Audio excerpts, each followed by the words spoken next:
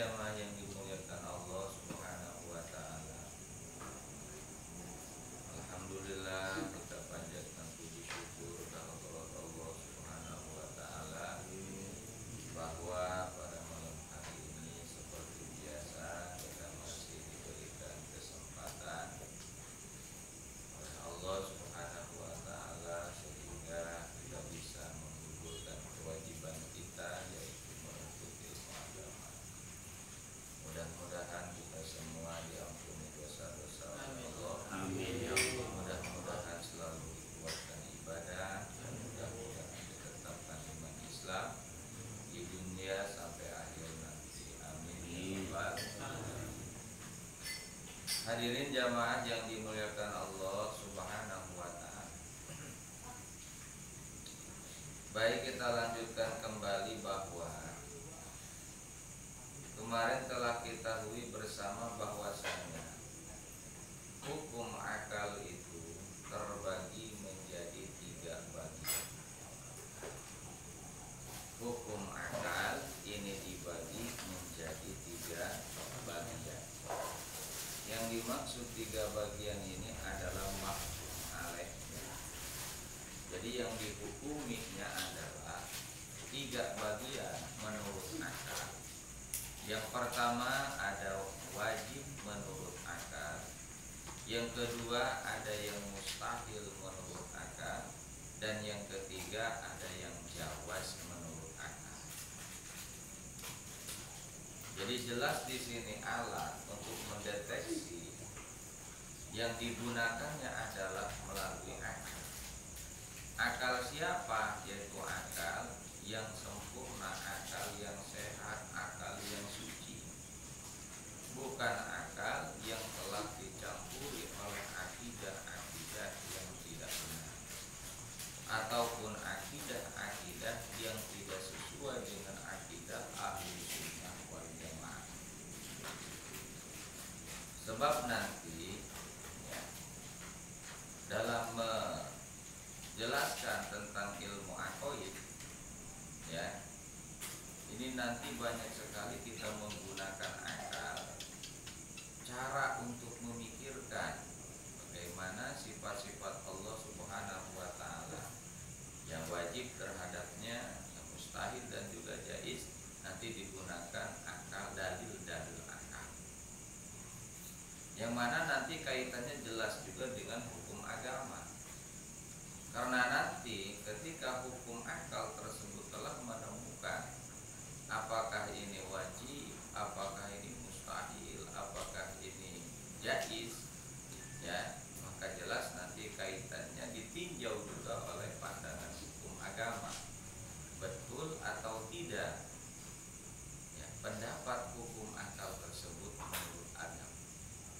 Sebab ada kalanya hukum akal tersebut berbeda dengan hukum akal. Ada kalanya juga hukum akal dibetulkan oleh hukum agama. Gitu. Nah, kemarin telah diceritakan bahwa hukum akal ini terbagi 3, wajib, mustahil, dan juga jaiz. Jadi wajibnya wajib menurut akal, jaiznya menurut akal, mustahilnya pun menurut akal. Apa sih yang dimaksud dengan wajib akli? Fal wajibu ma la yutasawwaru fil akli adam. Wajib, hukum wajib menurut akal, wajib menurut akal adalah ma la yutasawwaru, sesuatu perkara yang tidak dibenarkan oleh akal, ada tiadanya. Atau bisa juga kita balik, ma yutasawwaru fil akli wujuduh. Sama pengertiannya, ya. Boleh ma la yutasawwaru fil akli adamu, boleh ma yutasawwaru fil akli wujuduh. Jadi wajib menurut akal adalah sesuatu perkara yang dibenarkan oleh akal, ya, yang dibenarkan oleh akal adanya, atau sesuatu perkara yang tidak dibenarkan oleh akal tiadanya.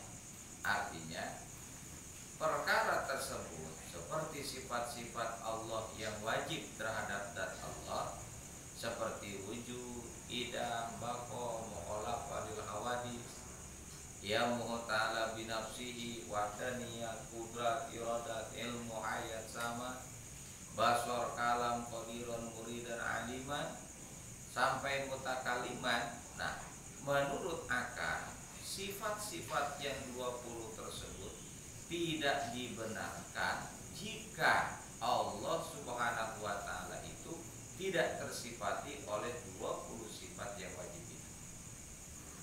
Misalkan Allah tiada, misalkan Allah baru, misalkan Allah itu hancur, misalkan Allah taala itu tidak berdiri sendiri, membutuhkan terhadap yang lain. Nah, akal kita, akal yang sehat tidak menerima itu. Kenapa? Karena jelas dalilnya menurut akal sangatlah jelas. Allah Subhanahu wa taala ada, menurut akal dalilnya adalah adanya alam ini, adanya makhluk ini. Allah Subhanahu wa taala itu tidak, dalilnya karena adanya makhluk ini. Allah Subhanahu wa taala itu baqo, dalilnya karena adanya makhluk ini. Jadi untuk pertama akal, ya, ini berargumen, memberikan pendapat alasan bahwasanya Allah Subhanahu wa taala itu ada, Allah Subhanahu wa taala itu tidak, awalun bila tidain, bahwasanya Allah Subhanahu wa taala itu baqo, akhirun bila intihai, karena adanya makhluk ini. Adanya makhluk ini menunjukkan wujudnya Allah, menunjukkan tidaknya Allah, dan selanjutnya. Ini pendapat akal. Maka nanti ditinjau oleh hukum agama betul atau tidak. Atau bisa juga wajib menurut akal adalah ma yutasawwaru fil aqli wujuduhu, sesuatu perkara yang dibenarkan oleh akal adanya. Akal menerima itu, akal menerima adanya Allah, adanya Tuhan, adanya Sang Pencipta. Allah menerima, akal menerima, membenarkan bahwa Tuhan itu, Allah namanya adalah idam, yang awal tanpa diawali, yang akhir tanpa diakhiri. Ya, berbeda dengan makhluk, berdiri sendiri, tunggal, mampu kuasa, berkehendak, hidup, mendengar, melihat, berbicara, dan selanjutnya. Nah, hal-hal yang seperti itu, sifat-sifat itu, wujud, idam, baqo, dan selanjutnya, ini dibenarkan oleh akal adanya. Sehingga akal tidak dapat menerima jika seandainya Allah tidak wujud. Akal tidak menerima jika seandainya Allah Ta'ala itu baru.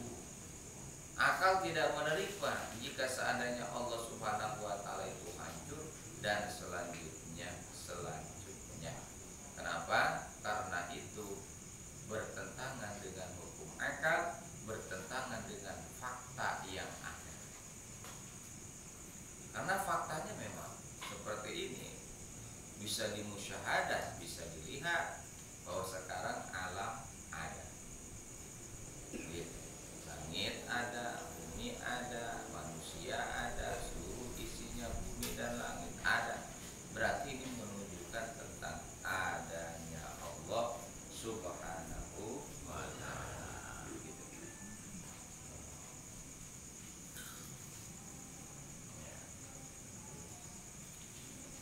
Kemudian apa sih yang dimaksud dengan mustahil menurut akal? Mustahil menurut akal definisinya adalah ma la yutasawwaru fil aqli wujuduhu, sesuatu perkara yang tidak dibenarkan oleh akal, wujuduhu adanya. Sesuatu perkara yang tidak dapat diterima, yang tidak dapat dimengerti, tidak dapat dibenarkan oleh akal adanya. Seperti Allah tiada, ini mustahil karena tidak sesuai dengan fakta. Allah subhanahu wa ta'ala baru, ini tidak sesuai dengan fakta. Allah ta'ala hancur, Allah ta'ala sama dengan makhluk, Allah subhanahu wa ta'ala tidak esa, ya, 2, 3 dan selanjutnya. Nah, tidak esanya Allah, tiadanya Allah, hancurnya Allah, ini tidak dapat dibenarkan oleh akal. Bahwasanya Allah subhanahu wa ta'ala kekal, bahwasanya Allah subhanahu wa ta'ala itu ada, Allah subhanahu wa ta'ala itu berbeda, dan selanjutnya, ya, dan nanti dipikir oleh akal dan kemudian ditimbang dengan hukum agama, betul atau tidak pendapat hukum akal tersebut. Nah, jadi mustahil menurut akal adalah sesuatu perkara yang tidak dapat dibenarkan oleh akal adanya, seperti sifat-sifat yang mustahil di zat Allah adanya, yang 20 sifat: Adam, Udus, Fana, Mumasala lil hawadisi, Ihtiyaj, ta'adu, najas, karohah, jahal, dan ma'hum, Soma, amabakam, ajizan, karihan, jahilan, mayitan, asoma, amabakam, asoma, amadan, akam. Itu adalah sifat-sifat yang mustahil. Sifat tiada, sifat baru, sifat hancur, sifat butuh terhadap yang lain, sifat tidak esa, ya, berbilangan, sifat tidak mampu, tidak berkehendak, mati, tuli, buta, bisu. Itu semuanya adalah sifat-sifat yang mustahil adanya di zat Allah subhanahu wa ta'ala. Nah, ini adalah mustahil menurut akal. Mustahil menurut akal.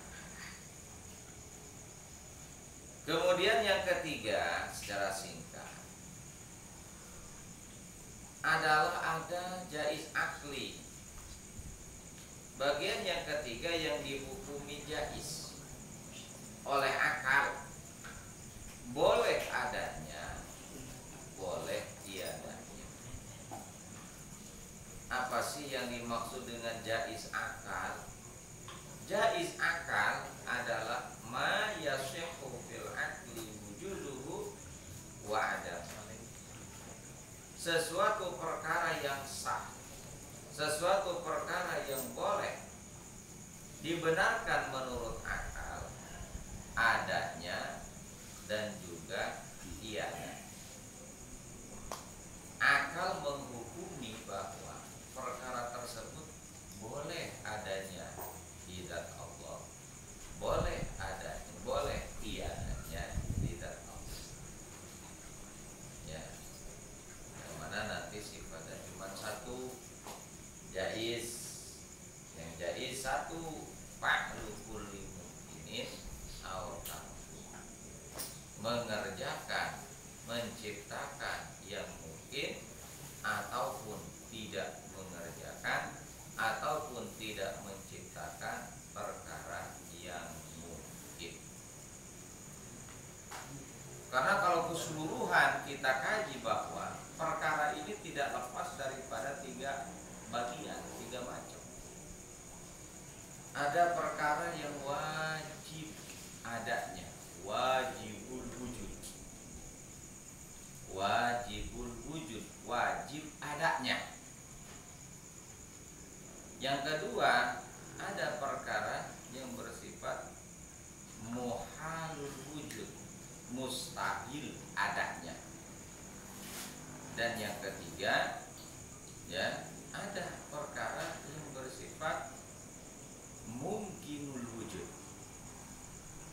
Nah, adapun nanti perkara yang wajibul wujud, ya, perkara yang mustahilul wujud, ya, itu tidak terkena oleh sifat jaiznya.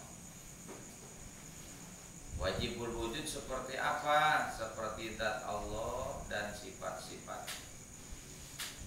Nah, ini tidak terkena oleh sifat jaiznya Allah. Masa nanti Allah mau nyiptain Allah lagi? Jadinya ada adanya Allah kan? Tidak, sebab nanti bertentangan. Jika Allah diciptakan, Allah menciptakan Allah lagi, Tuhan menciptakan Tuhan lagi, nanti Tuhannya itu banyak, bukan satu. Sedangkan di Al-Quran Allah Subhanahu wa Ta'ala berfirman, Qul huwallahu ahad. Katakanlah oleh Muhammad, huwa Allah, Allah itu ahad, esa, tunggal, satu. Berarti yang wajibul wujud itu bukan terapan, bukan sambungan, bukan saluran jaiz. Begitu pula tentang perkara yang muhalul wujud, yang mustahil adanya, itu pun bukan saluran jaiznya Allah, bukan. Karena yang terkena ataupun obyekan daripada sifat jaiznya Allah adalah hanya perkara-perkara yang mungkin. Perkara-perkara yang mungkin. Mana sih perkara yang mustahil itu? Ya, seperti tadi. Seperti meniadakan anak, meniadakan istri, meniadakan teman, syari, sekutu bagi Allah. Ya. Sebab itu bukan obyekan daripada sifatnya. Sedangkan Allah Subhanahu wa Ta'ala berfirman dalam Al-Quran menafikan anak, istri, sekutu. Lam yattakhid shahibatan wala walad. Allah Ta'ala itu lam yattakhid, tidak membuat, tidak membikin, ya, tidak menciptakan shahibatan ay zaujatan. Allah tidak membikin istri Allah. Allah tidak membikin anak Allah. Tuh. Kalau itu dibikin, misalkan ada anak Allah, enak amat, nanti minta saja ke anak Allah pasti dikasih, ya kan? Tidak, sama sekali tidak. Karena itu bukan obyekannya sifat jaiz. Yang menjadi obyekan, sasaran daripada sifat jaiznya Allah adalah hanya perkara yang mungkin. Mungkin adanya, mungkin tiada. Boleh oleh Allah diciptakannya, boleh oleh Allah ditiadakan. Mana sih perkara yang mungkin itu selain yang dua? Selain yang wajibul wujud, selain yang muhalul wujud, selain zatnya Allah dan sifat-sifatnya, juga selain yang mustahil kepada Allah. Seluruhnya itu adalah perkara yang mungkin. surga perkara yang mungkin, neraka perkara yang mungkin, aras, langit, bumi, manusia, ya, neraka, seluruhnya adalah perkara yang mungkin, termasuk memberikan pahala, termasuk menyiksa, meninggikan seseorang, menghinakan seseorang, ya, memiskinkan seseorang, mengkayakan seseorang, memintarkan, membodohkan, menyehatkan, menyakitkan, dan seluruhnya itu adalah semua perkara yang mungkin. Allah boleh menciptakan itu atau Allah Subhanahu wa taala tidak menciptakan itu sama saja bagi. Nah, itu adalah jaiz menurut akal. Kenapa itu jaiz? Boleh dikerjakan dan boleh ditiadakan atau ditinggalkan oleh Allah, karena tidak ada satupun perkara-perkara yang wajib kepada Allah. Tidak ada satupun perkara yang wajib harus dibuatnya atau yang wajib harus ditinggalkannya, sama sekali tidak. Tidak ada satupun kewajiban bagi Allah untuk menciptakan atau tiada menciptakannya, sehingga memberikan pahalanya Allah kepada orang mukmin yang taat itu tidak wajib. Sehingga tidak wajib bagi Allah untuk menyiksa orang-orang yang durhaka atau orang kafir sekalipun, sama sekali tidak wajib. Tidak wajib memasukkan orang mukmin ke dalam surganya Allah, sama sekali tidak. Tidak wajib bagi Allah, ya, untuk memasukkan orang-orang kafir ke dalam nerakanya Allah, sama sekali tidak, karena itu perkara yang mungkin. Sama sekali tidak. Kenapa? Karena jika ada sesuatu perkara yang wajib oleh Allah dikerjakan atau yang wajib ditinggalkan, maka otomatis Allah Subhanahu wa taala tersebut berarti terpaksa. Nah, maka jika Allah taala terpaksa, atau maka sama seperti makhluk. Begitu. Inilah Allah Subhanahu wa taala. Tetapi Allah Subhanahu wa taala telah mengkodokkan. Allah Subhanahu wa taala mengirodahkan, menghendaki, mengkodokkan, mengirodahkan bahwa orang yang beriman, berbuat amal soleh, dijanjikan oleh Allah surga.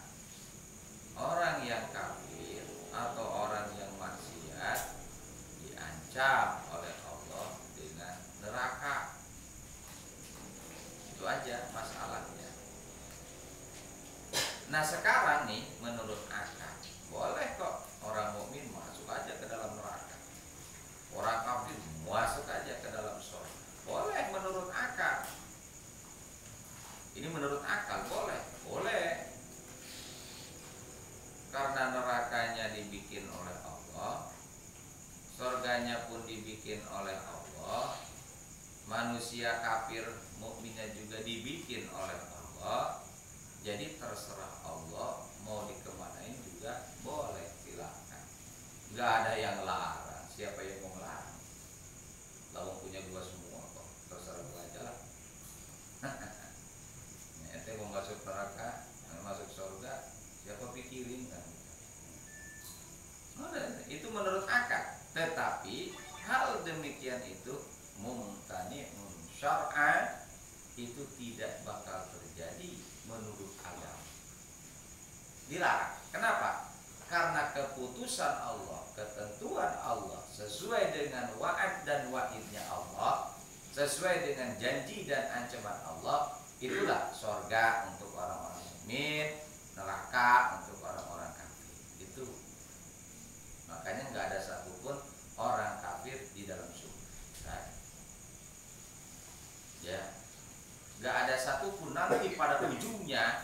Orang mukmin tidak ada yang di neraka.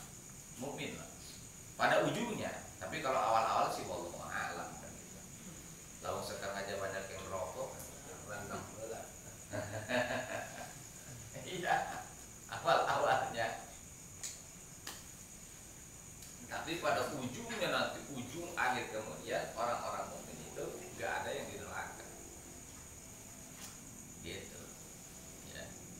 Ya, kalau awal-awal sih mungkin ada yang 30 tahun, 70 tahun, 100 tahun, 1000 tahun mungkin gitu.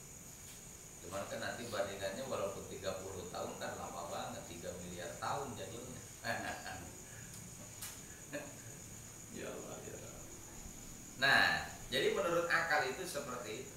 Dan akal menerima itu. Ya, karena memang semuanya milik Allah. Semuanya menjadi hak Allah. Maka terserah Allah. Tetapi syarat ya melarang itu. Kenapa? Karena memang sudah ditentukan oleh Allah dalam Al-Quran, dalam hadis, bahwasannya surga diperuntukkan untuk orang-orang mukmin, neraka diperuntukkan untuk orang-orang kafir. Makanya otomatis ketika kita memahami ini, toh berarti ya, kembali lagi kita jangan terlalu menitik beratkan terhadap ikhtiar kita. Jangan terlalu menitik beratkan ya terhadap amalan-amalan kita. Sebetulnya tidak pantas bagi kita itu untuk mengharapkan imbalan. Bagi kita itu tidak pantas untuk mengharapkan imbalan dari Allah. Kenapa? Kitanya diciptakan oleh Allah, tenaganya juga diberikan oleh Allah, kemauan kita pun diberikan oleh Allah untuk berbuat amal itu, seluruhnya oleh Allah Subhanahu wa ta'ala. Maka ketika oleh Allah Ta'ala dituntut untuk melakukan ibadah, ya kan? Untuk melakukan ibadah, manusia kamu sholat, manusia kamu puasa, manusia kamu bersedekah, berhaji, berumroh, dan selanjutnya tuntutan. Kamu jangan zina, kamu jangan mencuri, kamu jangan mabuk, dan yang lain-lain. Ya, sebetulnya tidak pantas bagi kita untuk mengharapkan imbalan. Kenapa? Karena seluruhnya diberikan oleh Allah. Tidak pantas untuk menerima imbalan.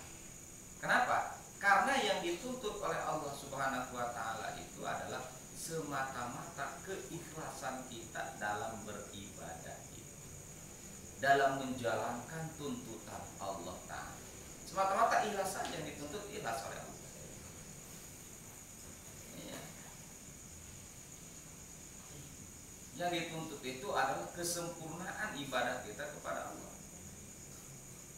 Maka pasti otomatis ada konsekuensi. Ketika ibadah tersebut, baik itu mengerjakan perintah Allah ataupun meninggalkan larangan Allah, itu ibadah namanya. Mengerjakan perintah Allah, ibadah. Meninggalkan larangan Allah, ibadah. Yang dituntut oleh Allah Subhanahu wa ta'ala itu adalah keikhlasannya, keikhlasan dalam beribadah itu. Yang dituntutnya adalah itu. Maka otomatis ketika ibadah tersebut tidak ikhlas, ibadah tersebut bukan lillah, bukan karena Allah, ya, maka otomatis ibadah tersebut cacat, ibadah tersebut ternodai. Maka ketika kita misalkan kita menuntut seseorang untuk berbuat baik sesempurna mungkin, ketika begitu disodorkan kepada kita ini cacat, maka ini otomatis akhir. Sudah, kalau barang akhir masuknya kelima kan gitu. Itu sama. Tuntutan Allah Subhanahu wa ta'ala, yang dituntut oleh Allah adalah keikhlasan dari seluruh amalan-amalan ibadah kita. Maka dengan kemurahan anugerah dari Allah, sesuai dengan sifat Rahman Rahimnya Allah. Allah menghargai ibadah kita itu. Jadi oleh Allah ibadah kita dihargai, ya, disenangi. Kenapa? Karena tuntutan Allah ikhlas. Sekarang kita sudah ikhlas, oleh Allah dihargai, ya. Maka oleh Allah, dengan kemurahan Allah, dengan fadl karunia anugerah dari Allah, maka ibadah kita tersebut dihargai, ya. Kamu nih sebagai bonusnya masuk surga. Itu.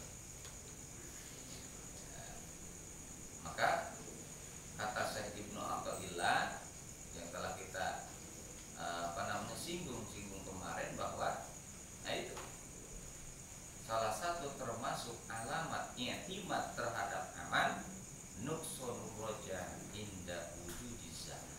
Gitu. Ya. Min alamati i'timad alal amal nuqsanur roja inda wujudiz zaman. Salah satu termasuk ciri orang yang berpegangan kepada amalannya, usahanya, ikhtiarnya, kurangnya pengharapan dia kepada Allah, terputusnya ibadah dia kepada Allah ketika terjadi musibah, ketika terjadi bencana. Kurang perasaan dia, buat apa buat apa. Terus kemudian suudzon kepada Allah, mungkin Allah nggak sayang lagi kepada saya, kan gitu. Ini berarti i'timad amal. Gitu. Nah, kita kembali lagi. Ini masalah yang jaiz, ya. Jadi masalah yang jaiz ini adalah boleh, sah menurut akal, adanya dan juga tiadanya, seperti menciptakan perkara ataupun meniadakan perkara-perkara yang mungkin selain zat Allah dan sifatnya, selain sifat-sifat yang mustahil, adapun yang mustahil kepada Allah itu seluruhnya adalah perkara yang mungkin, yang boleh Allah ciptakan, boleh Allah tiadakan. Gitu.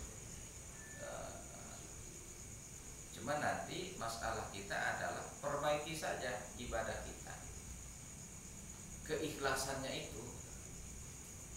Karena amalan sedikit kalau ikhlas itu mempunyai nilai yang tinggi daripada amalan besar tetapi tidak ikhlas. Itu walaupun besar tapi besarnya besar kayak balon gitu. Kayak balon, cuman angin doang, gitu, ya. Nah itulah. Nah ini jaiz menurut akal. Dan nanti kelanjutannya itu nanti, ya, masalah yang wajib menurut akal, juga masalah yang mustahil menurut akal, itu nanti bisa dibagi lagi. Ada beberapa bagian. Bahkan jaiz menurut akal pun itu nanti bisa ada beberapa bagian lagi. Wajib menurut akal, sesuatu yang dibenarkan oleh akal adanya atau tidak dibenarkan tiadanya, sama. Nah itu wajib menurut akal ini nanti terbagi 3 lagi. Ada wajibun datiyun mutlakun, ada wajibun datiyun muqayyadun, ada wajibun akliyun aridiyun. Ada yang wajib menurut akal datiyun mutlak.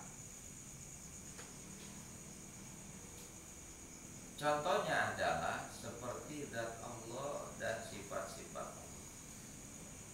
Zat Allah dan sifat-sifat Allah Ta'ala ini wajibun datiyun mutlakun. Kenapa disebut wajib? Karena tidak dibenarkan oleh akal tiadanya. Kenapa disebut dati? Li'anna wujubahu laisa biwasitatin ghair bal bidzati nafsi. Karena wujudnya Allah, wujudnya zat Allah dan juga sifat Allah ini tidak memerlukan perantaraan yang lain. Tidak membutuhkan zat yang menciptakan zat Allah dan sifatnya. Ya, baliktar Allah Subhanahu wa taala itu berdiri sendiri, tidak membutuhkan terhadap yang lain. Jadi Allah itu berdiri sendiri. Bukan pengertian berdiri sendiri itu yang tadinya tiada kemudian sekarang menciptakan diri sendiri. Tidak. Maksud berdiri sendiri di sini itu tidak butuh terhadap selain Allah. Baik dat untuk untuk tetapnya Allah di situ, untuk tempat tinggalnya Allah Ta'ala di situ, atau membutuhkan dat yang lain untuk menciptakan Allah, sama sekali tidak.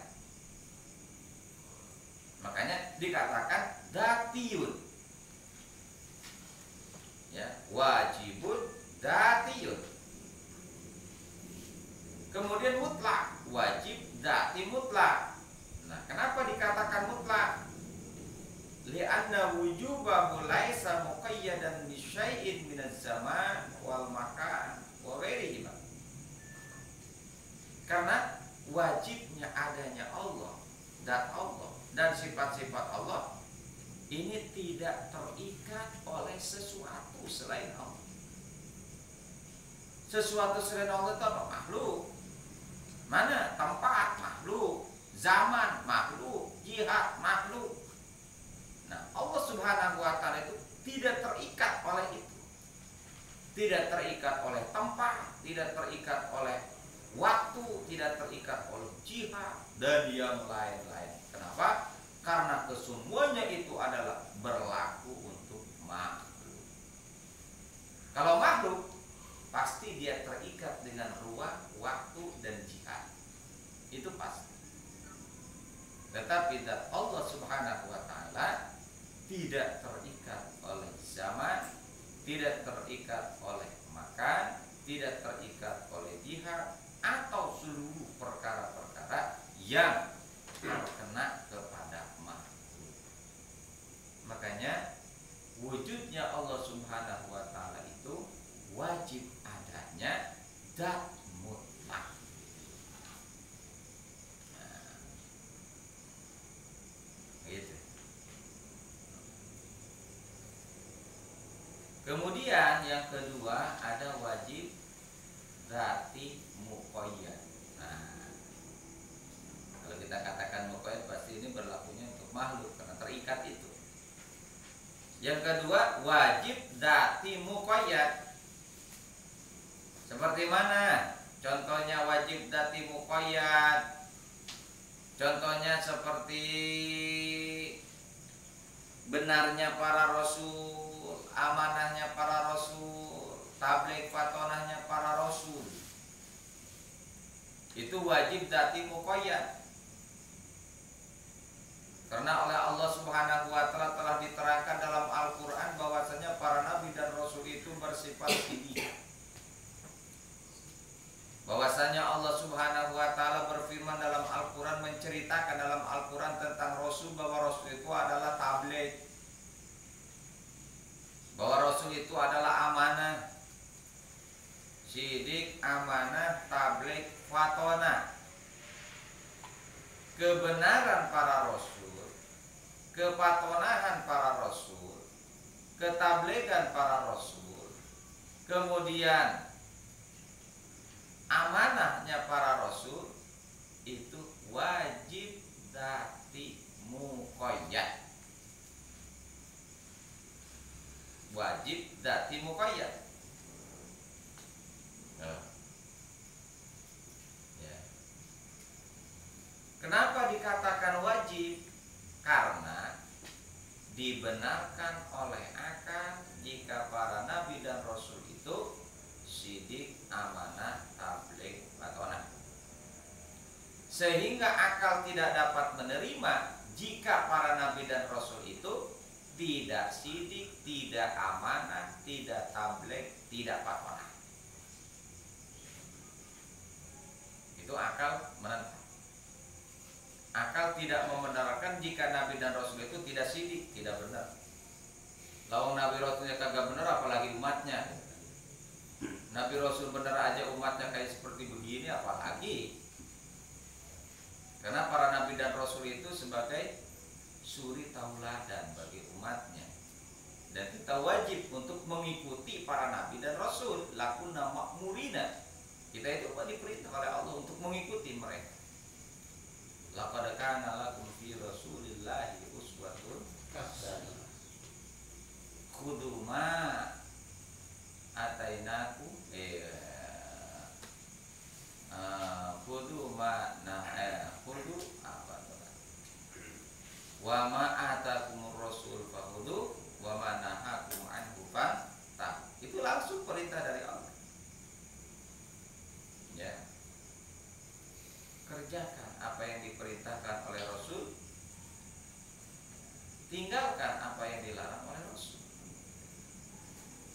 Karena semata-mata hakikatnya apa yang diperintah dan dilarang oleh Rasul adalah perintah Allah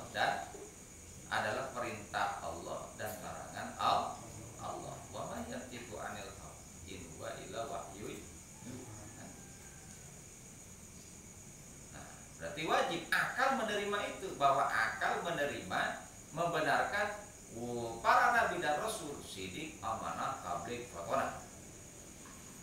Akal tidak menerima jika para nabi rasul itu tersifati oleh sifat kidib, khianat, kitman, dan balada. Kenapa dikatakan dzatiyun? Sama, ya. Karena sidiknya para nabi dan rasul, benarnya para nabi dan rasul, fatonahnya para nabi dan rasul, begitu ya. Ini adalah dikabarkan oleh Allah Subhanahu wa ta'ala tentang kebenaran mereka, tentang amanah mereka, dan selanjutnya. Jadi wajib dzati muqayyad. Kenapa dikatakan muqayyad? Ya, karena para nabi dan rasul wajib tersifati oleh sifat sidik, amanat, tabligh, fatonahnya selama nabi dan rasulnya itu masih hidup. Selama para nabi dan rasulnya itu masih hidup. Selama nabi dan rasul masih hidup, itu selalu sidik, amanah, tabligh, fatonah. Gitu. Ya.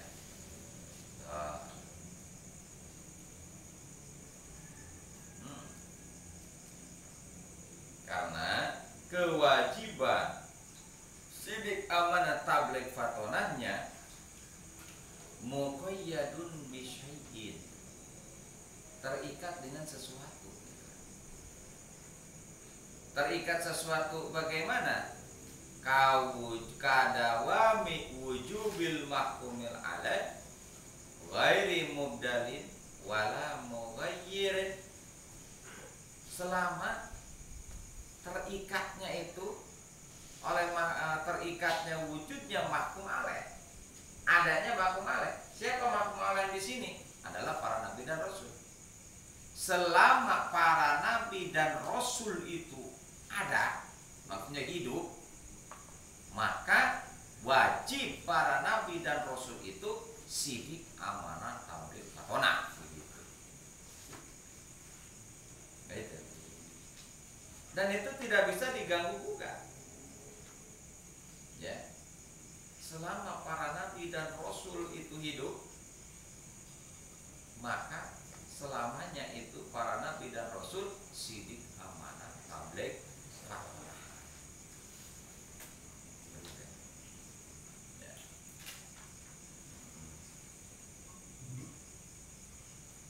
Contoh lagi misalkan wajib dzati muqayyad seperti tahayyuznya terhadap jirim. Jirim itu talazum dengan tahayyuznya, artinya tidak terpisahkan dengan tahayyuznya. Apa tahayyuz? Mengambil tempat yang kosong untuk ditinggalinya. Nah itu jirim selamanya, selama masih ada, dia selalu tahayyuz, terus tahayyuz. Tetapi ketika jirim tersebut hilang, sudah nggak tahayyuz, karena hilang atau hancur, sudah beres. Berarti kan terikat selama jirim itu ada. Selama jirim itu ada, pasti dia tahayyuz. Tetapi kalau jirimnya tiada, hancur misalkan, sudah tidak tahayyuz, selesai. Nah, ini seperti itu. Maka wajib akli itu terbagi 3 lagi. Ada wajib akli datiyun mutlakun, ada wajibun akliyun datiyun muqayyadun, dan yang ketiga wajibun akliyun aridiyun. Ini diterangkan juga dalam kitab Ushulul Hamidiyah. Wajibun akliyun aridiyun, wajib menurut akal, ya, aridi. Aridi itu adalah baru. Wajib menurut akal ada, tetapi bersifat baru. Seperti mana? Seperti orang-orang mukmin masuk ke dalam surganya Allah. Orang-orang kafir masuk ke dalam nerakanya Allah. Ya, dan akal menerima itu. Akal orang mukmin, akal menerima orang mukmin masuk ke dalam surga. Akal menerima, membenarkan orang kafir masuk ke dalam neraka. Dan itu terjadinya baru. Walaupun kita awalnya ini orang surga, ya, awalnya ini kita orang surga semuanya, kayak potongan gimana pun ini orang surga semua. Begitu ke dunia udah macam-macam, udah warna kulitnya udah macam-macam. Ada yang hitam, yang kuning, ya, yang merah, yang putih, yang sawo manis, sawo buruk. Kemudian ada yang jangkung pendek. Ini orang surga semua. Ya salah. Surga. Nah, tapi nanti ini akan dimasukkan lagi oleh Allah Subhanahu wa taala ke dalam surganya Allah. Kembali lagi baru. Siapa? Adalah orang-orang mukmin. Siapa sih mukmin? Orang yang beriman kepada Allah dan Rasulnya. Ya, orang yang beriman kepada Allah dan Rasulnya. Terjadi juga, berlaku juga bagi umat-umat yang terdahulu yang beriman kepada Allah dan beriman kepada Rasulnya. Mukmin juga sama. Karena pengertian mukmin adalah orang yang beriman. Sama, muslim juga sama. Orang yang beriman kepada Allah dan beriman kepada Rasul. Umat Kangjeng Nabi Ibrahim, Kangjeng Nabi Musa, Kangjeng Nabi Idris dan seluruhnya, mereka beriman kepada Allah, beriman kepada Rasulnya, taat kepada Allah, taat kepada Rasulnya, mukmin, berhak masuk surganya Allah Subhanahu wa ta'ala. Begitu. Jadi wajib terbagi 3 menurut akal. Wajib akli terbagi 3. Yang pertama ada wajibun datiyun mutlakun, ada wajibun datiyun muqayyadun, ada wajibun akliyun aridiyun. Baik, kita lanjut. hakimu bidzalika imma syar'u awil adatu awil aqlu. Syin, menurut penjelasan syarah, al hukmu huwa isbatu amrin aw nafyuhu.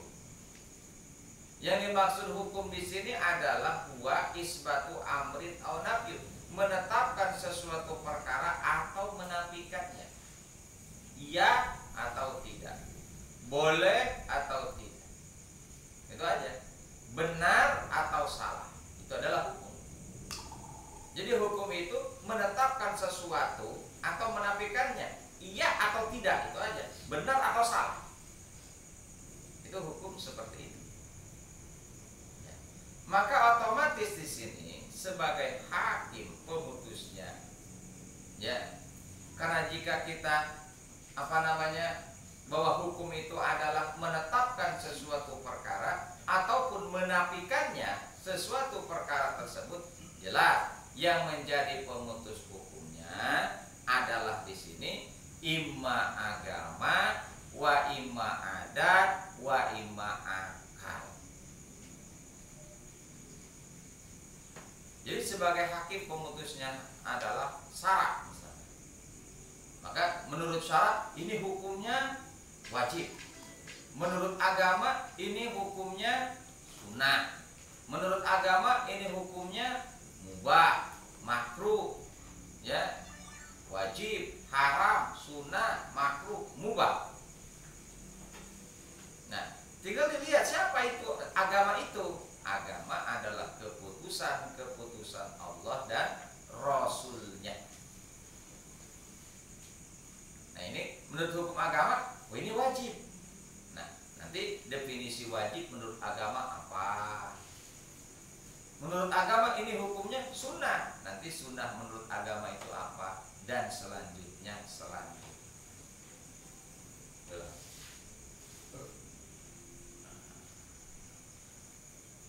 itu. Ya.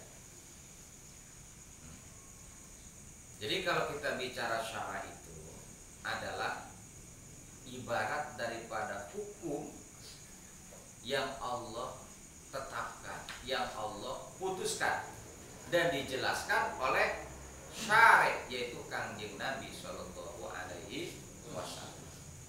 Jadi ternyata, ya, hakim syar'i ini hakikatnya adalah keputusan Allah dan Rasulnya. Hukum Allah yang dijelaskan, yang disampaikan oleh Nabi dan Rasulnya. Nanti ada 5: wajib, haram, sunnah, makruh, mubah. Awil adatu, atau adat. Adat itu ya adat kebiasaan, kebudayaan. Kalau kita kebiasaan, kebudayaan, adat. Jadi ada hukum adat. Adat adalah ma'tadahun nas, sesuatu yang memang dibiasakan oleh manusia. Sesuatu yang dibiasakan oleh manusia itu adalah adat. Ya.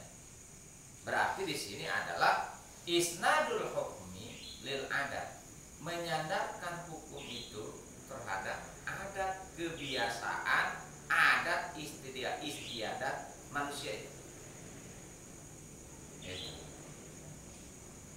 Jadi sebetulnya adat itu bukan yang menghukumi, tetapi sebagai hakim ahli adat. Orang yang mengerjakan adat itu. Tetapi nanti ada kalanya hukum adat dengan hukum agama itu berbeda. Ada juga sesekali adat itu bisa juga dipakai sebagai landasan hukum. Ketika tidak ada nas yang qat'i, ketika tidak ada nas yang warid di dalam Al-Quran, hadis dan yang lain-lain, ya, maka hukum adat ini bisa dijadikan sebagai dasar hukum, landasan hukum. Maka menurut ahli usul fikih dalam kaidah adalah al-adat muhkam. Adat itu bisa juga dijadikan sebagai landasan hukum. Ketika tidak menemukan, tidak ditemukan, atau tidak ada nas yang warid dari Quran dan hadis, ijma dan juga qiyas, maka dikembalikanlah kepada adat. Makanya dalam kitab Faridul Bahiyah diterangkan wa kullu ma lam yandobit syar'an walil urfi ruju'uhun jala, begitu.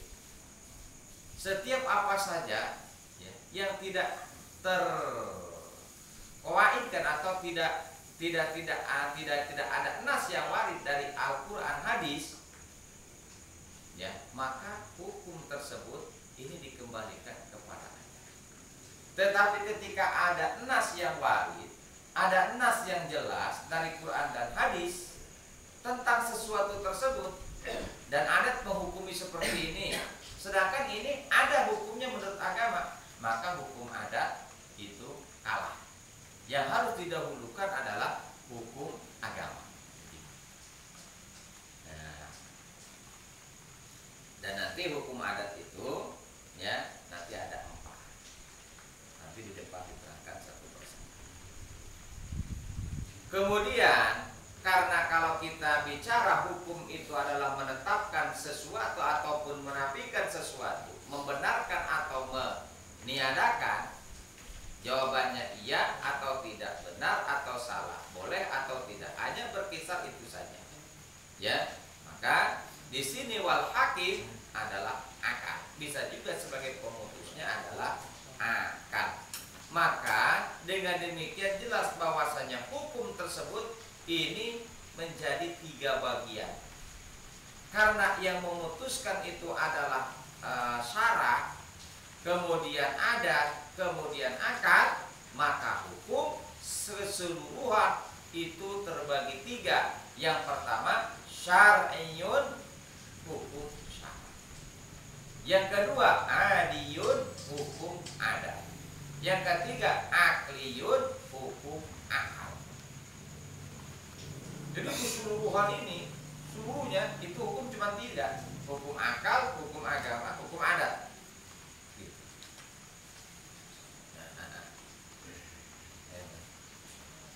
Nah, apa sih hukum agama itu?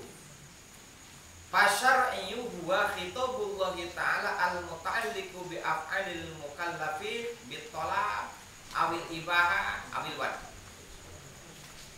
Hukum agama adalah hukum Allah al-muta'alliqu bi af'alil mukallafin, yang berkaitan dengan pekerjaan mukallaf. Siapa mukallaf? Balighin akilin, yang berhubungan, yang berkaitan dengan pekerjaan orang mukallaf. Orang yang balik akilin, bulu berdakwah, salimul hawas. Nah, itu nanti terkena hukum Allah, pekerjaannya, pekerjaan lisannya, pekerjaan anggota badannya, bahkan pekerjaan hatinya. Itu nanti ada hukum. Nah, bitolak, baik secara perintah langsung, diperintah, dituntut oleh Allah Subhanahu wa ta'ala, harus dikerjakan, harus dilakukan, harus dilaksanakan. Awil ibaha, atau dibolehkan. Awil wat'i, ya, ataupun secara wadoknya, wataknya, atau dijadikannya sesuatu itu, dijadikan sesuatunya, ya, untuk mengerjakan apa yang diperintahkan oleh Allah ataupun yang dilarang oleh Allah Subhanahu wa ta'ala. Nah, maka dengan kata tolab tadi, tuntutan, pada khala fi qaulina bi tolab arba'atun, maka masuk dalam ucapan kami tadi, yaitu lafaz tolab, ini ada 4 yang masuk ke bagian tolab, dituntut oleh Allah, yang diperintah oleh Allah. Yang pertama adalah wajib. Yang kedua adalah nadab, sunnah. Yang ketiga adalah haram. Yang keempat adalah makruh. Nah, ini masuk dalam kategori tuntutan Allah Subhanahu wa taala. Tuntutan yang harus dikerjakan, tuntutan yang harus ditinggalkan. Ada tuntutan Allah secara pasti, ya, jazim. Ada tuntutan Allah secara tidak pasti seperti makruh. Gitu. Nah, yang pertama adalah wajib. Wajib menurut agama, karena hukumnya hukum syara, adalah hukum Allah. Tolabul fa'li tolaban jaziman. Ya, diperintahnya supaya adanya dikerjakan dengan perintah yang pasti, yang jazim. Tolabul fa'li tolaban jaziman.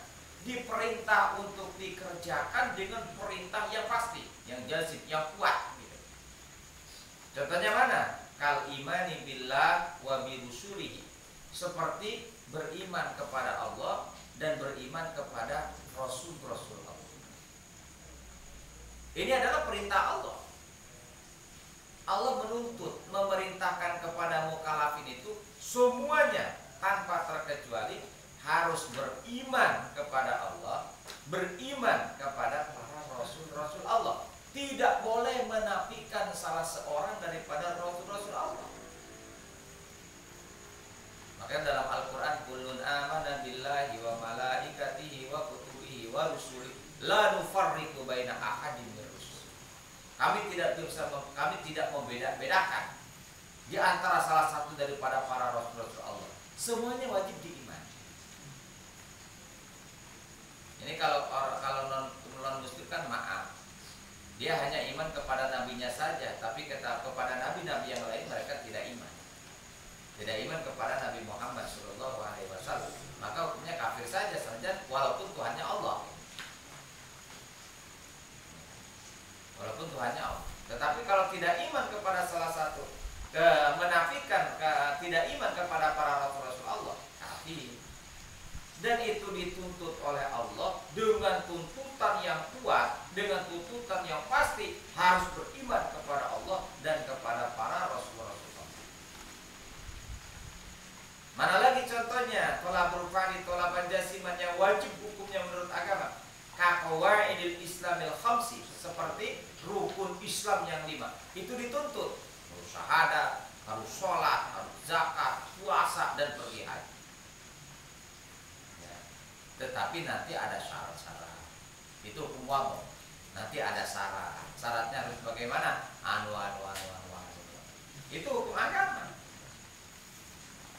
Ya. Wan nadabu wallahu a'lam bis. Ini mah baru nyeritain hukum-hukum saja dulu. Ya. Belum masuk, nanti belum masuk ke sifat-sifat dulu. Ya, awalan dulu menjelaskan tentang hukum-hukum. Jadi pada intinya hukum terbagi 3, ada hukum syara, hukum adat, hukum agama. Hukum agama itu ada 5: wajib, sunnah, haram, makruh, dan nanti diceritakan Allah.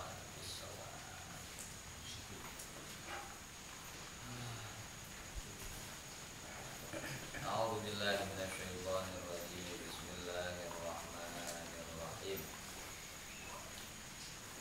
Ya Nabi salam alaika, ya Rasul salam alaika, ya Habib salam alaika, salawatullah alaika, man ra'a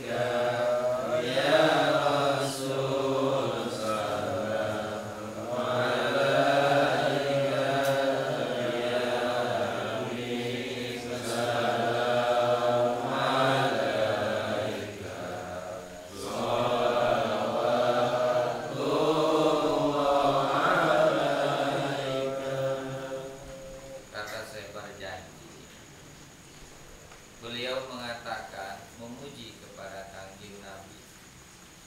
Setelah di awal memuji kepada Kangjeng Nabi dengan pujian-pujian yang sangat pantas dan layak kepada Kangjeng Nabi, beliau mengatakan, ya Habibi ya Muhammad, ya arusal hafikain, ya muayyad, ya mumajjad, ya imam al-kita. Kemudian beliau mengatakan, marro'a wajhaka yas'an. Siapa saja ro'a wajhaka, yang dapat melihat wajahmu ya Rasulullah, yang dapat melihatmu ya Rasulullah, yas'ad, maka ia akan menjadi bahagia. Betapa tidak bahagianya seseorang bila dapat melihat Kangjeng Nabi, walaupun hanya sebatas mimpi kan? Apalagi ketika dalam masa hidup Kangjeng Nabi, ya, sangatlah bahagia orang yang dapat melihat Kangjeng Nabi, walaupun itu hanya dalam mimpi saja. Makanya di dalam kitab Burdah itu tidak sembarangan orang dapat bermimpi bertemu dengan Rasulullah. Karena di antaranya ketika dia dapat bermimpi bertemu dengan Rasulullah, itu insya Allah dia akan mendapatkan hidayah luar biasa. Kalau kita sih belum pernah kayaknya ya, belum pernah mimpi ini ketemu dengan Rasulullah. Ini ada bahkan satu cerita, Ibrahim At-Taimi kalau tidak salah, beliau itu bertemu dengan Kangjeng Nabi Khidir alaihissalam. Kangjeng Nabi Khidir alaihissalam datang memberikan pelajaran kepada Ibrahim Taimi, mengajarkan sesuatu yang didapat dari Rasulullah Shallallahu Alaihi Wasallam. Tentang apa? Tentang musabiat. Musabiat itu adalah setiap pada sholat Jumat itu dibaca 77 kali, Fatihah 7 kali, Qulhu 7 kali, Falaq Binas 77 kali. Ini diajarkan langsung oleh Kangjeng Nabi Khidir, dan Nabi Khidir berkata, ini adalah dari Muhammad Rasulullah Shallallahu Alaihi Wasallam. Sebelumnya Ibrahim Taimi itu apa benar ini musabiat dari Kangjeng Nabi kan? Ya, ada rasa keraguan-raguan. Ini Nabi Khidir, yang datang Nabi Khidir. Oh, Nabi Khidir kan menurut ya, dalam satu kaul itu dikatakan masih hidup. Nabi Khidir sampai sekarang, cuman statusnya sahabat. Kalau sekarang ini, ya Nabi ya Rasul dan juga sahabat Rasul begitu.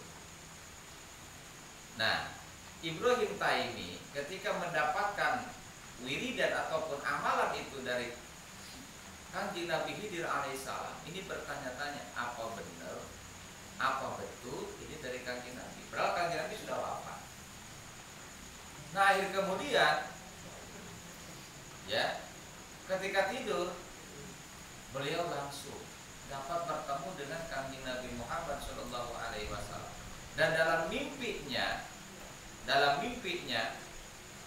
ya, ini langsung bertanya kepada Rasulullah, ya Rasulullah, telah datang kepadaku Nabi Khidir alaihissalam, beliau mengajarkan kepadaku tentang musabiat, dan dia mengatakan bahwa ini adalah dari Muhammad Rasulullah Shallallahu Alaihi Wasallam. Apakah betul atau bukan ya Rasulullah musabiat ini dari ucapanmu atau dari perintahmu ya Rasulullah? Kata Kangjeng Nabi, betul Khidir, betul apa yang dikatakan oleh Khidir, dan ini adalah ya yang aku berikan kepada Khidir, yang aku berikan kepada para sahabat-sahabat. Nah, pas begitu bangun, subhanallah, dia langsung bersujud kepada Allah, tanda syukur kepada Allah Subhanahu wa ta'ala. Loh, kenapa segitu mudahnya orang-orang seperti itu dapat bertemu, ya walaupun dalam mimpi dengan Rasulullah? Kenapa? Karena mereka memang sudah bersih hatinya. Karena setiap yang dibaca oleh mereka itu, ini sudah mengandung ruhaniyatnya. Makanya kalau orang-orang yang seperti itu ketika tidur ya keluar bertemu dengan orang-orang yang soleh, bertemu dengan kanjeng Nabi Muhammad Shallallahu Alaihi Wasallam. Kalau kita lain begitu tidur, subhanallah, ngorok dah, ngorok, bertemunya juga ya macam-macam. Tapi dalam kitab Barzanji diterangkan, berjanji kitab Burdah diterangkan, kalau kita ingin bertemu dengan mimpi bertemu dengan Rasulullah, ada satu bait ya. Faidahnya adalah ketika dibaca terus-terusan itu dapat bermimpi dengan Rasulullah. Ya. Ada di dalam kitab Burdah. Karangan Imam Bushiri. Nah di sini Imam Barzanji mengatakan man ra'a wajhaka yas'ad. Barang siapa yang dapat melihat wajahmu ya Rasulullah, yas'ad, maka dia akan bahagia. Dia akan bahagia. Di antaranya adalah perbanyak membaca sholawat. Di antaranya adalah perbanyak membaca qasidah burdah itu. Saya dapat ijazah dari Abah Haji, ya. Kalau kita ingin bertemu dengan Rasulullah, di antaranya itu memperbanyak membaca burdah, ya. Punya wudu, sholat dulu sholat hajat atau sholat taubat silakan 2 rakaat. Kemudian setelah itu kita sambil tidur miring terus dibaca burdah itu sampai selesai, sampai tidur. Insya Allah kalau tidak malam itu malam ketiga, kalau tidak malam ketiga malam kelima, ketujuh, terus saja hari-hari ganjil. Dan pada ujungnya pasti akan bertemu bermimpi dengan Rasulullah itu pasti ketika mencapai 40 atau 41 hari pasti insya Allah dapat bermimpi. Gitu. Perlu dijazakan. Pernah sih dicoba ya, tapi belum pernah lihat wajahnya. Susah melihat wajah. Paling yang hanya ada sosok aja, sosok yang ditutupi oleh cahaya. Tetapi kalau orang-orang yang sudah benar-benar bersih hatinya, karena mereka sudah termasuk alam ruh, itu langsung bertemu, melihat wajah Rasulullah dan diajarkan oleh Rasulullah. Gitu. Kalau kita ya memang wadahnya belum siap, wadahnya belum bersih, maka ketika ada cahaya kanjeng Nabi mentalan nggak masuk, karena memang tempatnya kotor. Itu kan? Jadi logikanya kalau kita pengen kedatangan ketemuan orang yang bersih, orang yang suci, ya tempatnya harus bersih. Ya kan rumah kita nih kotor, orang nggak mau datang ke situ. Jangankan itu, orang gila aja nggak mau karena takut. Itu.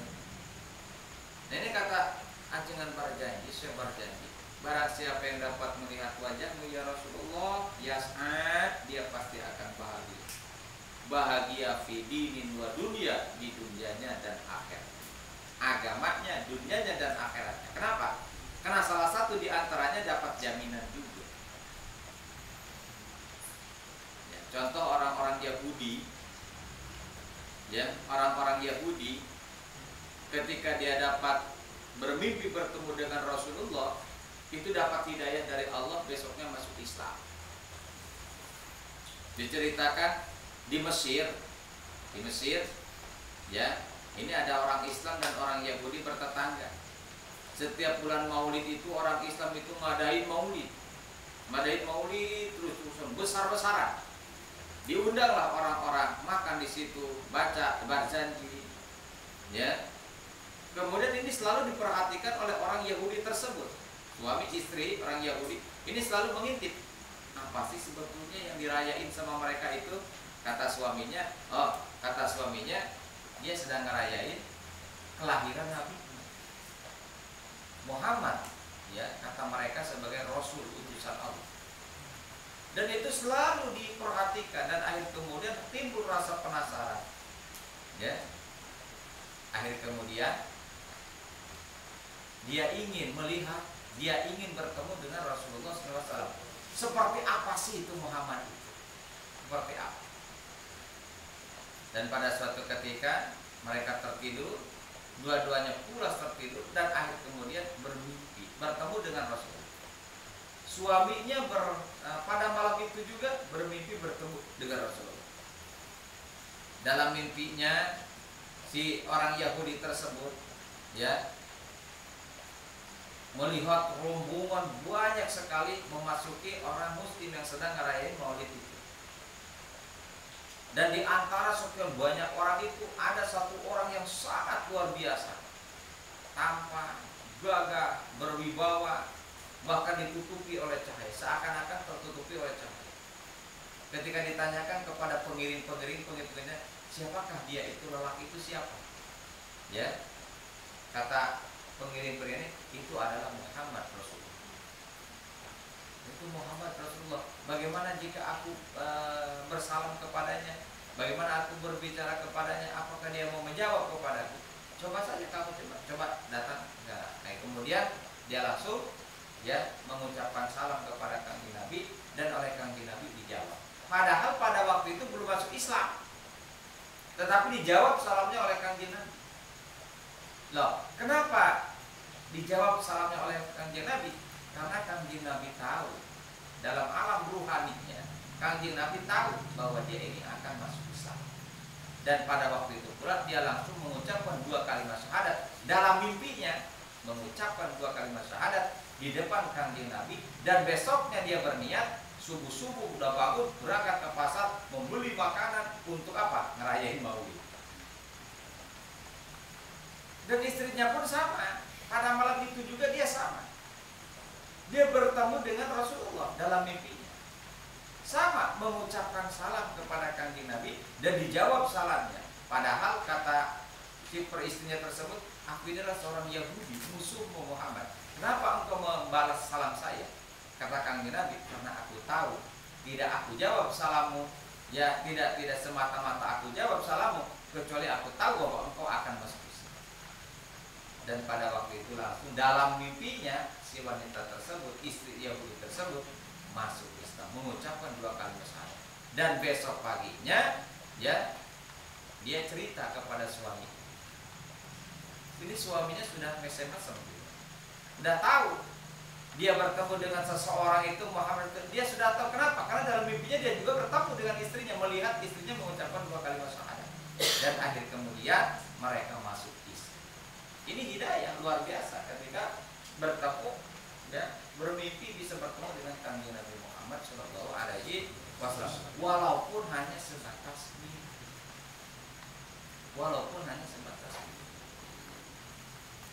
Tetapi kalau orang-orang yang sudah tinggi tingkatan makrifatnya, itu bukan hanya sekadar bermimpi, walaupun memang rupanya mimpi, tetapi tidak langsung bertemu di alam ruh.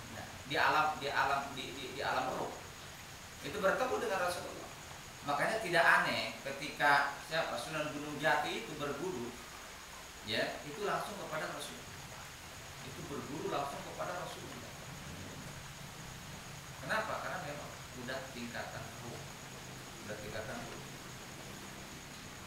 Ketika tidur sudah ruhnya keluar bertemu dengan Kanjeng, diajarkan. Begitu. Jadi orang yang dapat melihatmu ya Rasulullah, yas'ad, dia akan bahagia di dunianya, akhiratnya, bahkan dalam kehidupan beragamanya, dia insya Allah akan bahagia. Ya karimal walidain, wahai pemulia ibu bapak. Kanjeng Nabi itu luar biasa. Yang namanya karim itu adalah al-karim adalah al-jami'u li anwa'is syaraf wa usafil kamal. Orang yang mengumpulkan terhadap macam-macam kemuliaan dan juga sifat-sifat kesempurnaan. Kanjeng Nabi ini luar biasa. Akhlakulnya akhlakul karimah. Wa ma bu'istu illa li utammima makarimal akhlak. Wa innaka la'ala khuluqin adzim, kata. Jadi Kanjeng Nabi ini sangat patuh, sangat hormat, sangat tunduk, menghargai, patuh kepada orang tua. Ya karimal walidah. Inilah akhlak Rasul. Kemudian hauduka safil mubarrad wirduna yauman nusuri. Telagamu asafil mubarrad yang sangat jernih dan menyegarkan airnya. Wirduna itu akan menjadi tempat kedatangan kami yauman nusuri, pada waktu digelarkan nanti. Mudah-mudahan ketika kita nanti dibangkitkan, kumpulkan pada masyar, kemudian kita bisa datang kepada telaga Kanjeng Nabi, haud Kanjeng Nabi, yang airnya tersebut sangat bersih dan jernih, tempat kita nanti di sana minum. Ketika minum air itu, ini tidak akan merasakan dahaga sama sekali selama-lamanya. La yasma'u abad. Subhanallah. Berarti di sini kan ada pengharapan, doa, ya, dari Syekh Barjanji dan juga untuk kita. Ternyata orang-orang yang dapat bertemu dengan Rasulullah secara langsung ataupun secara bermimpi itu dijamin pasti bahagia. Kemudian ketika dapat bertemu pasti akan mendapatkan syafaat Kanjeng Nabi.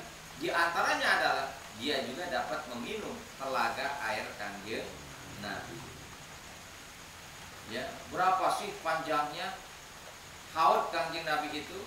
Haudi masiratu syahri wa zawaya sawaun ma'uhu abyadu minal laban warihuhu atyabu minal miski wa kizanuhu kanuyubis sama man yashrabu minhu fala yadmu abadan.